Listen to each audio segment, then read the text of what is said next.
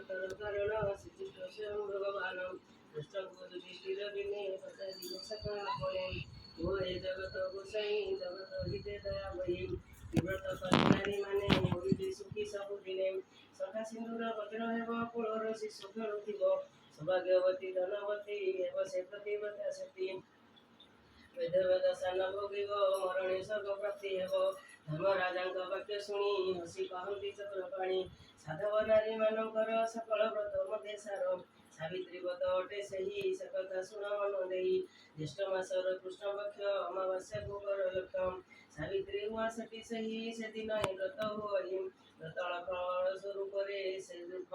ସେ ସୁଖ ମିଳଇ ମର୍ତ୍ତ୍ୟରେ ତାହାର ନାହିଁ କୋଟାନ୍ତର ହେ ଶୁଣ ପାଣ୍ଡବ ସତର ଏକଥା ଯୁଧିଷ୍ଠିର ଶୁଣି କୃଷ୍ଣଙ୍କୁ ପଚାରିଲେ ପୁଣି ଏ ବ୍ରତ କେବେ ହେଉ ନାରୀ କେବଳ ପାଇଲେ ଆଚରି ଏକଥା ଶୁଣି ବେଣୁପାଣି କହିଲେ ଅତୀତ କାହାଣୀ ମଦ ଦେଶରେ ନରପତି ତାହାଙ୍କ ନାମ ଅଶ୍ୱପତି କୌଶଲ୍ୟା ରାଣୀଙ୍କର ନାମ ଧନ ଧାନ୍ୟରେ ରାଜ୍ୟ ପୂର୍ଣ୍ଣ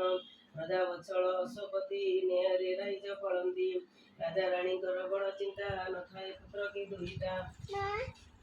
ମଝିରେ ମଝିରେ ହୁଳହୁଳି କୋଳରେ ନଥିଲେ ସନ୍ତାନ ପୂର୍ଣ୍ଣତା ଭାବେ ଜୀବନ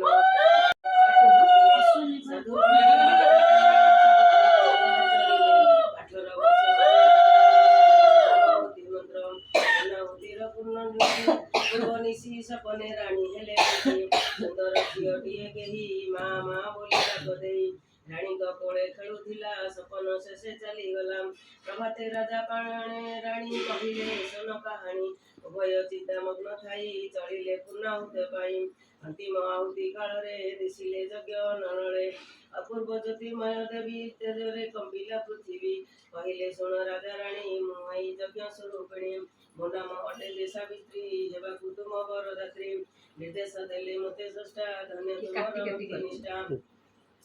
ନିଜେ ମୁଁ ଅତ୍ୟନ୍ତ ପ୍ରସନ୍ନ ସେ ଲାଗି କଲି ବରଦାନ ଭାବିବ ତୁମେ କନ୍ୟା ରତ୍ନ ପୁତ୍ର